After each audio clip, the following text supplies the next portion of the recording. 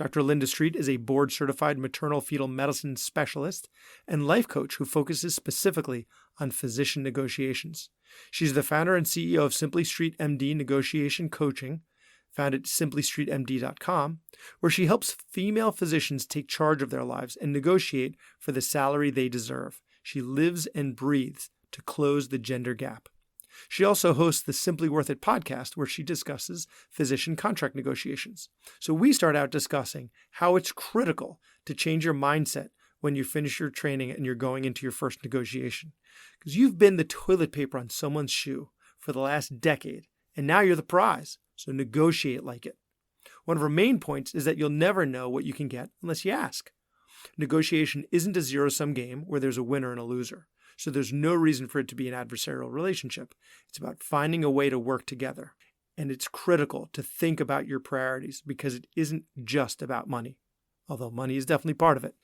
A big shout out to two of my former co-residents from Georgetown, who I know are listening to the podcast. So thanks so much for listening. Melissa Amorn and Liz Gardiani, thank you so much. I miss you both. Welcome to the Physician's Guide to Doctoring, a practical guide for practicing physicians. Dr. Bradley Block interviews experts in and out of medicine to find out everything we should have been learning while we were memorizing Krebs cycle. The ideas expressed on this podcast are those of the interviewer and interviewee and do not represent those of their respective employers. And now, here's Dr. Bradley Block. It's story time, brought to you by locumstory.com. Today we'll be reading Docs in Shocks. Some docs are overworked, as work works overworked workers weary. Some docs are overstocked, stopped as pandemic tick-tocks keep docs off clocks. If docs are in shock as the pandemic clock tick-tocks, then locums is the token to unburn the burnt-out broken. So how many clock tick-tocks must talk until docs tick box and swaps to the spoken locum tenens token to unburn the burnt-out broken? Enough ticks have talked. The time is now, and locums is how. Locum tenens tends to trend as a godsend, mend to burnt-out ends.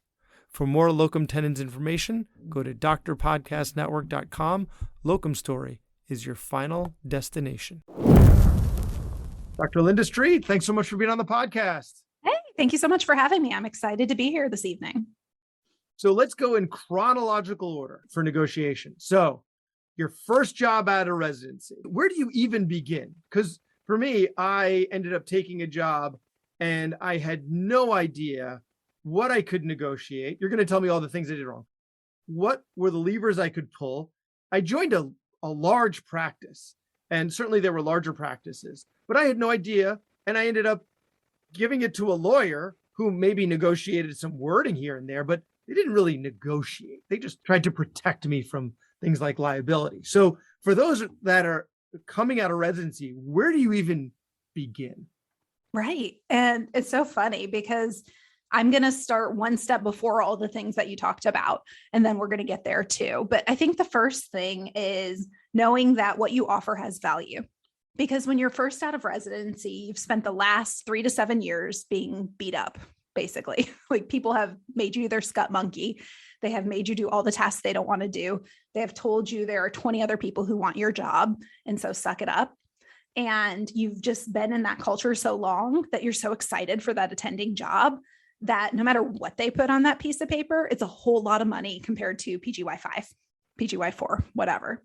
And so knowing that you have value and it's a whole lot more than your PGY whatever salary, and having an idea of what that should be by checking a bunch of different places, and we'll talk about some of them, is one piece. The other piece is, I hear all the time, well, it's just my first job, so I don't want to push too much.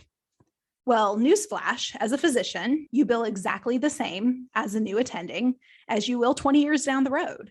Your 99214 pays the same as it will when you're 20 years out. And so you being brand new doesn't necessarily mean you bring less value. In some ways, you're really up to date, the latest and greatest. You may not have that advantage of experience as far as being an attending, but you have a whole lot of experience as far as being a physician. And so I think the first thing is knowing your value, both from no, I'm not just brand new and that's all I am. That doesn't define who I am and what I'm offering. But also the second piece is knowing what is market rate? What should I be making? And the worst thing to do there is to talk to your attendings, because especially if you're going to go into a private practice, you're training in this microcosm of academia. And a lot of the faculty you have there have always been academics. Some of them will have some private practice experience, but unless it was recent, things have changed. And so making sure that the only people you ask about what pay you should get are not your attendings is, I think, a good starting spot. I actually talked to a client today. We were talking about when we both did this, because that was the first thing I did. I got a job offer. I brought it to my attendings. So I was like, hey, will you look at this? They're all like, oh, that's great. That's so much money. This is wonderful. No, it wasn't. It was like the 20th percentile. I'm like, what were you people telling me to take? And I actually took an academic job. So this was apples and apples. But they only have that microcosm. And so while they can provide valuable help, don't use them as your only help. When I was in when I was never an academic, when I was a resident, I remember the academic attendings would see patients 2 days a week, and then they'd have research, they'd have an admin day, they'd have their OR day, or maybe day and a half in the OR. In private practice, I am 4.5 days in the office and a half day in the OR, and no academic day, no teaching, no. So like the amount of revenue that we end up generating is very different. That being said, I'm not part of a hospital system where, when I bring a case, that case brings revenue to me for doing the case, as well as to the hospital for all of the fees they collect and all the imaging. So it's different in terms of the amount of revenue that you generate for the institution in a similar amount of time. But yes, like we see in ENT, we are more efficient in the office than in the operating room. When we're in the operating room, it just doesn't reimburse that well or as well. There's a lot of downtime because we do a lot of short cases. And so when you compare the two, the amount of revenue generated is very different. So if you were to show, you can't compare private to academics. Right, apples and oranges. So then where do you find those numbers? Yeah, there are a lot of places where you can actually get free data, which is always a good jumping off point. So Medscape publishes every year a range. Obviously, this is survey data where people are individually answering the question. There's not a lot of standardization. So some people might include their bonus, some people might not. We all know how much instruction and thought you put into surveys, usually just click, click, click, click. So the data is not as clean, but it can give you kind of a big forest view of about what should an OBGYN make, about what should an ENT make. And then really looking at a couple different offers is also a really nice way to get free data on market. If you get 3 different jobs and you have the same skill set to offer, even in the same region, you're often going to end up with 3 very different contracts. So I've seen people with, say, first job out of residency positions in the same overall region of the country with a fairly similar job have a 6-figure difference between what one pays and what another pays. So it can widely vary. And it's not always as simple as what do you get paid day one. So a lot of private practice contracts are often lower when you begin. So you may not make as much as you would working for corporate America healthcare the first year or two, but you may be able to get onto a partnership track where you get a certain proportion of what you earn, or you have more of an eat what you kill model where you get 70% of whatever you bring in, or all of your revenue after overhead, and make twice as much as that corporate employed doc. So it's not as simple as just the number that's straight on the page in front of you. And you really have to look at the whole package. But if you want like a jumping off points of should I make 250 to 350-ish to start off, or something kind of that level, then Medscape and a couple of different offers are a great place to start. Certainly, there are a lot of paid data sets that collect more detailed information. It comes from W-2s, it comes from 1099s. So it's a little bit more accurate data, and it's standardized. And that's like MGMA, AMGA, Sullivan Cotter. They all look for similar things. They have different clients. So you're going to have a little variation between them, but it's roughly similar. And those data banks are going to be a lot more specific. You can get data for your region. You can get data for other specific things, like especially things like family medicine with OB, without OB, urgent care, right? Like you can look at more specific things than like Medscape, which is just going to be like family medicine, and it's one size fits all. So those paid databases, you can get more information, and oftentimes you can access them at your library. So especially for trainees who are getting their first job, your academic library will often have a physical copy of these data banks. Oh, wow. I was always under the impression that you needed to pay for them yourself or You don't find have- someone who paid. And it's one of those things, I pay for it every year. It's expensive. Yeah. Like it's quite an investment. So check out the library first. Worst case scenario, they don't have it, but most of them will have at least one of them. In your academic library, not your local public library. They probably Right. don't have it. Exactly. Local public library, I think, has Go Dog Go. Yeah. Those type of things. There was something that when you started out, you said it's important to know that how valuable you are. And I think it's important to highlight supply and demand, right? Because when you're applying for medical school, high demand, right? And so there aren't many positions. When you're applying for residency, same thing. When you're applying for jobs, we're a guild. Like we keep our numbers low in order to keep the demand high. We don't want to flood the market with doctors. And we say it's for quality, and certainly that's part of it, but that isn't the whole story. So you have to change your mindset to recognize that you are now on the other side of that. And the supply of you is low, really almost no matter where you are. And the demand is very high. And so you need to, and yes, you're right. After being beaten down for about a decade, like it's hard to change that mindset, but it's time for payback. You've earned it. Yeah, you're the talent. Yeah. I don't know if we're allowed to curse here, but it's I'm Brittany. I like to click the podcast button that says clean. Okay. So I don't have to. I refrain. But if we're going to start, we should just Yeah. let it flow. We should make that decision now. Yeah. Okay. Yeah. Yeah. So then how do you start these negotiations without making it adversarial? Sure. Because these are people you want to work with. And I think the first thing to think about is a negotiation doesn't have to be adversarial. Like we have this mindset, that's what it is, that by default, that is what a negotiation is. I think most of us envision this tug of war, like you have this end, I have this end, let's pull until one of us has more of the rope. But really and truly, the definition of negotiation is simply a conversation with the goal of making an agreement. And we have those all the time. You have those with your patients to get your diabetic to take their insulin. You have those with your spouse to survive your daily life, especially in residency. You have those with everybody you encounter all the time. So this is not something you don't know how to do. This is not something you're new at. It's just flipping it a little different way. I think the second piece is really giving up that if I'm going to win something, someone else is going to lose. This is not like an infinite, or this is more infinite. It's not a defined pie where if you get if you get a bigger slice, they're not getting a smaller slice. Like you could both win. And one of those things, I love personally productivity-based contracts because I'm really, really competitive. So for me, it's like super fun to get an extra RVU. Like, yes, saw an extra one today.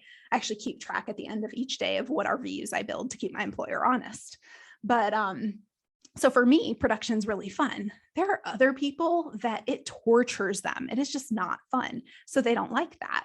But one of the nice things about production is my employer and I are both winning. The dollars per RVU that I'm being paid for everything I generate, they're billing a whole lot more than that. So the more I win, the more they win. And those are more patients that I'm giving quality care to because what I do is harder to find in my region.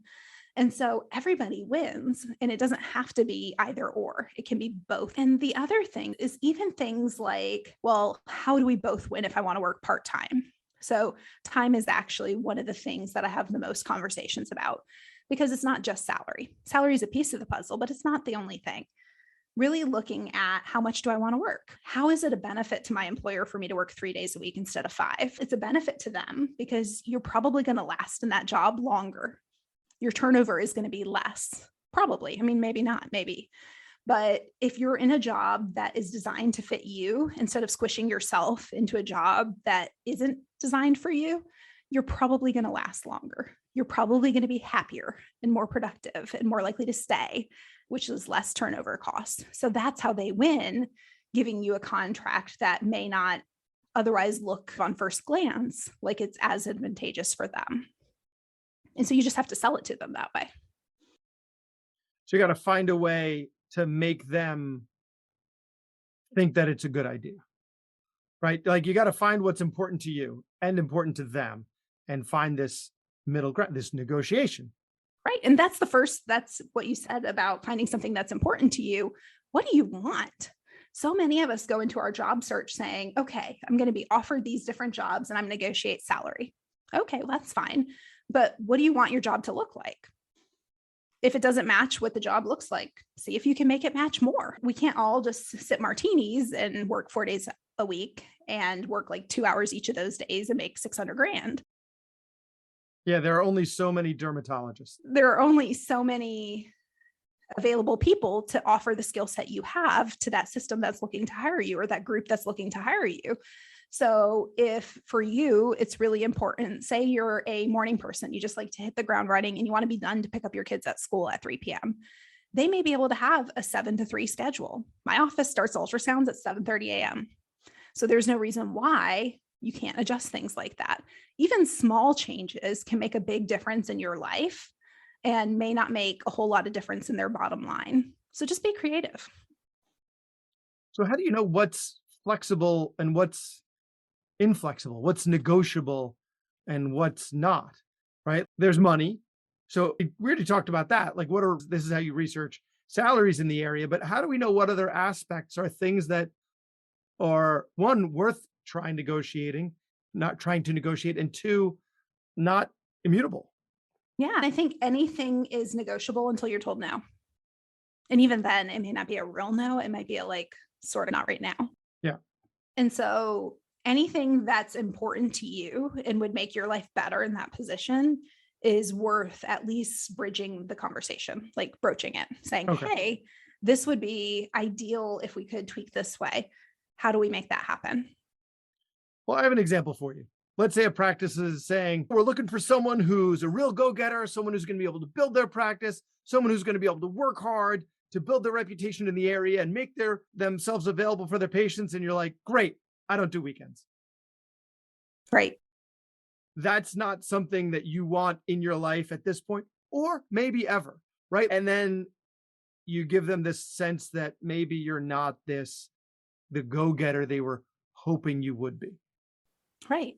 So first off, that may not be a good fit if that is truly the most important thing for them and truly one of the most important things for you. So not every no is a bad thing. Every job that you go to try to negotiate, some of them you're going to get through the process and decide, you know what, I really don't like how they responded to that. They were completely inflexible. They were very rigid. They were a little bit aggressive and not very nice. Maybe I don't want to work for these people. And that's valuable too. If that's not the case, and it's simply, I really want this job, but they really want this, but I'd really rather have that. I think presenting how both of your goals could happen, where's that overlap? So having that little Venn diagram that we had in 3rd grade science, and these are what I need, this is what they need, where's that center ground, and starting in that overlap zone to start the conversation. So in your example, I'm excited to get going. I can't wait to meet the referring doctors. I can't wait to go to local schools and talk to parents, whatever it is you're going to do to get yourself out there. I am eager. Some of the parents I've talked to would really like to have their kids be seen by the doctor outside of business hours so that they can make those appointments. Or my patients might like outside of business hours. Would you be open, instead of the schedule you currently have, to maybe a 4-day-a-week, 10-hour schedule or whatever it is? But like looking at how can I serve their needs and accomplish that in a way that fits for me? Because to me, I would much rather work 4 10s than 5 8s. Like that fifth, like those 2 hours, I'm already emotionally attached to the fact that I'm working this day. And I 100% believe all physicians should have a 4-day work week, but that's a whole separate topic. It is life-changing and has been the best thing I've ever negotiated, much better than any hundreds of thousands of dollars. But when you decide what you want, like, how can I make this happen? So I'm by myself. I don't have partners and I work 4 days a week. Corporate America that I work for would really love me to work Fridays. I don't want to work Fridays. And I made it very clear that was a no-go. They'd rather have me 4 days a week than have me 0 days a week. So we were fine. I don't work Fridays. Everybody wins. You hold the cards. It's just leverage. Yeah. How is it different when you're negotiating terms in your current job? Let's say either your contract is up or your contract isn't up and you're just thinking about the possibility of moving on, or maybe you're seeing other people that are being hired in your field getting some benefits that you're not. How is it negotiating how is what we were talking about any different when you're already in that job? Yeah, I think there are some things that it's easier because you already know their motives. You already know what their 5-year plan is, what their goals are, what they're looking to achieve, how you fit into that piece of the puzzle for the most part, at least on a broad level. You know who you're working with and what the precedents are of what has been accomplished, what hasn't been yet. So you have some more data to start off with. What you have to create, because you don't automatically have it as much, is that leverage of you're already there. So that activation energy hasn't happened yet. So the dangling of the carrot doesn't feel like something they have to do. When you're renegotiating, they don't really feel like they have to dangle the carrot. So you have a couple different ways that you can create that need to give you what you need. And one of those things is to have alternatives, to be willing to walk away. If you have other contracts, this was actually, I negotiated a $65,000 raise in academics this way. I showed up and said, this person's willing to pay me this. I know you can't match it because it was not an academic job. Was it one of those postcards where it says you can move in a town by a lake 100 miles from a major city? I wish. No, University campus? No. Okay. I went and interviewed for a job that I knew was available. I wasn't thrilled about it. There were many reasons why it was a bad fit. I actually had zero intentions of leaving for this job, but I was like, you know what? Let me see I feel like they would have a hard time replacing me. So I don't think I'm going to be let go. Let me see where I can get with this. And I said, look, I know what my partner's making. My partner was making 6 figures more than I was because our salaries were on the state database. So I could look it up. He had seniority and some other things, but should not have been making $150,000 more than me, but he negotiated better than I did. First job out of fellowship, he was much more senior. And I had this job offer for significantly more than I was making. I think it was $130,000 more because they split the difference right down the middle. And I said, look, I know you can't meet this. And what that did was address the pain point, because their first comment was going to be, that's not academics. And so I addressed that from the get-go. Look, I know you can't meet this, but what can you do to keep me here? Because I can't turn down $130,000 a year.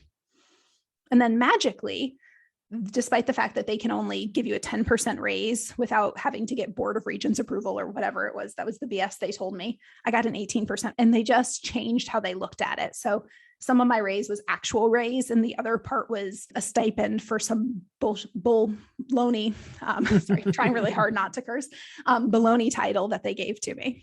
So I made up a title that the job responsibilities were things I was already doing, and we called that, and I got a stipend for it. And so that was how we worked around the university rules that said you can only get a 10% raise, or we have to go through the board or whatever. But I was, at the end of the day, equipped with somebody who was willing to pay me more. And had they called my bluff and said, okay, bye, I could have taken that job. And it may not have worked out long-term, but it would have paid a whole lot of money for a short term, and it would have been fine. If I was happy in my current position, then I think you just approach the conversation from a place of, okay, how else can you make this work for me?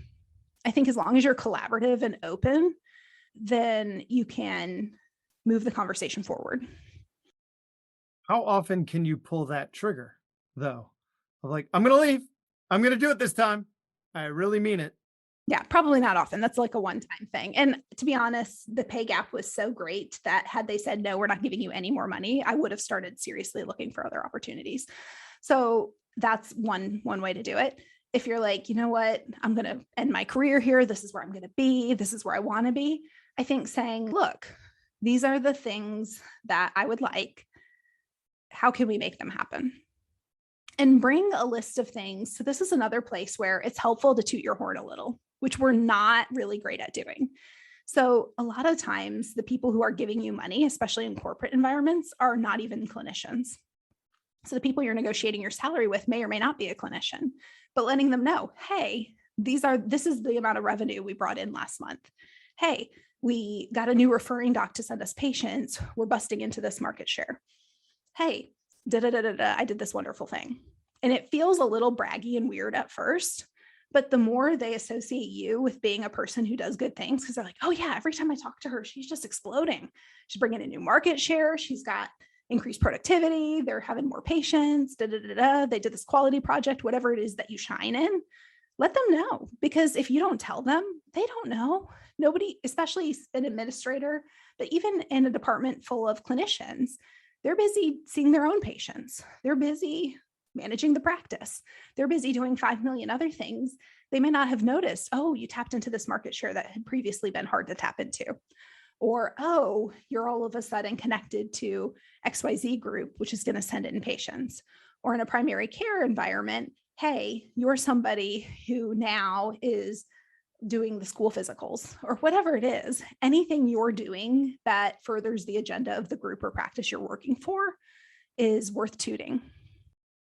What about finding out what they want? Meaning, like, that might be more in an academic position, but yeah, we've really been looking for someone to be on this and this committee. Like, we can't find anyone to do it. All right, fine. If you give me X, Y, and Z, I'll head this committee for you. Rather than bringing to the table, these are the things that I also find out what it is maybe that they're looking for, what are their pain points?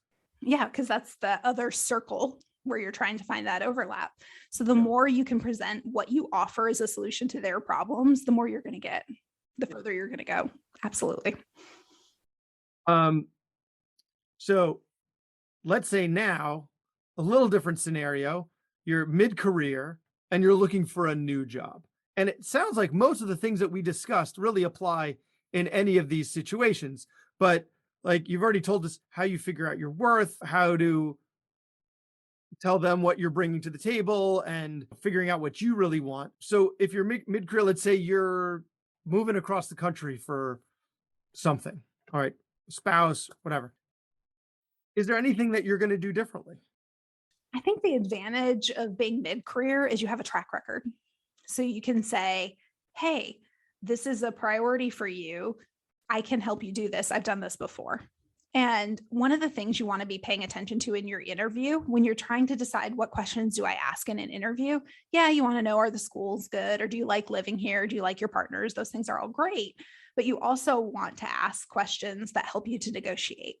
So the best thing is if you can plan that you want to negotiate before you interview, because when you're at your interview, you can say, where do you see yourself going in 5 years? Are there areas where the practice is growing? Are there areas where you've really not been able to grow as much as you wanted? Ask strategic questions so you know what they want, so that you can most adequately position yourself as the solution to their problems. Because if you don't know their problems, it's hard to do that. And everybody wants to wear their shiny, this is a happy place, Disneyland face when you're interviewing. And so they don't want to unearth those things. And you don't want to walk in and put a bad flavor in people's mouth. It's what you say just as much as how you say it, or how you say it just as much as what you say. Sorry. And so you want to go in and instead of saying, what are the problem areas for this practice? You don't want to start with that. Outline the ways in which you suck. Nobody wants to have that conversation. So instead, if you can focus on how do you see yourself growing? Where are you hoping to be? That momentum, it'll unearth a little bit of what they're struggling with. It's going to bring that to light, especially if you keep asking multiple people. Any themes are probably true. And it also redirects the conversation, and people like to talk about growth, especially physicians. We love to talk about where we're headed next, where we're going. We've thrived off of a arrival fallacy for the last 2 decades of our lives. So if you can ask people, where do you see your practice going? What are your goals? Where do you see the group going? What are the hospital's goals? Then you can get a lot of information on where they want to be. So you can use that as to how you can get them there. My biggest piece of leverage when I interviewed for this last job had nothing to do with anything other than the fact that I already knew all the referring doctors. So the person that they had who started the clinic, or the people, were rotating in from out of town. And so they could provide the clinical service that I was providing just the same as I could. But what they didn't have was those connections. They didn't have, I already know everybody in the community. My kids go to school with their kids. Like I can just waltz in and have those connections. That was my leverage. So I was able to get a lot more money and a lot more of the package that I wanted because I had that. So look for a reason why you have what they need, different than just your clinical skill set. Right. Great. Any parting words for the audience? One last piece of negotiating secret for when you're waltzing into that negotiation. Yeah. Ask, for the love of God, just ask for some things. It's funny how our brains trick us of how it's so uncomfortable to ask for things. It's so uncomfortable to negotiate.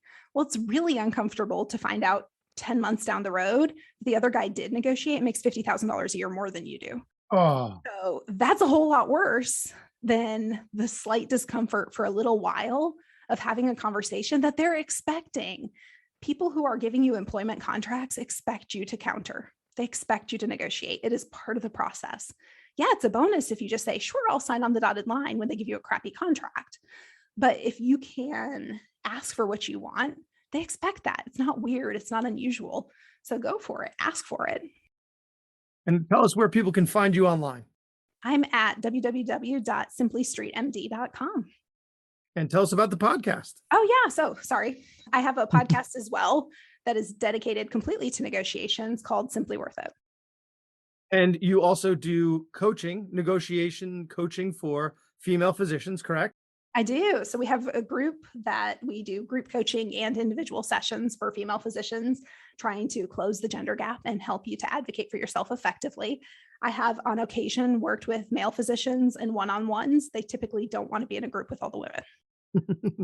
Yes. And having listened to all of your podcast episodes, I can say the overwhelming majority apply to everybody. They are not female issue specific negotiating tactics. So all of the episodes that I listen to that I really apply to men. So thank you so much for being on the podcast. It was a lot of fun talking to you beforehand, getting to know you better. And during the show, I do not plan on leaving my job anytime soon. But when I do now, I feel a whole lot more comfortable going into negotiations. So thank you. Thank you so much for having me. For doctors, the story has changed. Visit drpodcastnetwork.com/locum story for unbiased information about locum tenens and see if it should be your next chapter. And remember, locum tenens tends to trend as a godsend, men to burnt out ends. That was Dr. Bradley Block at the Physician's Guide to Doctoring. He can be found at physiciansguidetodoctoring.com or wherever you get your podcasts. If you have a question for a previous guest or have an idea for a future episode, send a comment on the webpage.